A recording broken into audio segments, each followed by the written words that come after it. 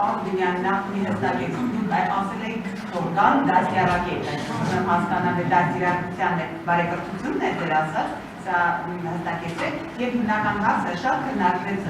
դա միջում ձեր քննարկում ձեր տեխնիկական քննարկման ժամանակ տարբեր պաշտոնյաների աշխատանքի ձեր հարազատների աշխատանքի հետ կապված ըմբել է ձեր հովանավորությունը եղել է թե չէ, գիտեք նաեւ ձեր կինն է ազգային ժողովում աշխատելու, շարունակելի է աշխատել ազգային ժողովում, թե կարող է։ Շնորհակալություն։ Առաջին մասով կրկնում եմ, իմ նպատակը եղել է եւ շարունակում է մնալ հետեւյալը, որ ազգային ժողովի նիստերի դահլիճում առնվազն տիրի սուր, բայց բարեկիրթ մթնոլորտ։ Ես կարծում եմ, որ թու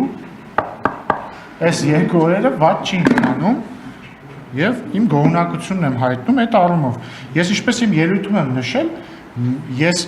ընդդիմությանը առաջարկել եմ այս տրամաբանության, բայց նաեւ ասել եմ, եթե ընդդիմությունը ընտրի այլ տրամաբանություն, մենք առավել քան պատրաստ ենք նաեւ այլ տրամաբանության եւ ես ուրախ եմ, որ դրա կարիքը մինչեւ պահ չի եղել։ Իմ կինը ազգային ժողովում աշխատել է ինձնից առաջ, այսինքն երբ որ ես դեռ այստեղ չէի, ինքը այստեղ աշխատում էր,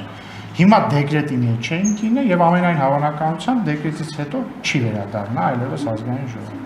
Շնորհակալություն։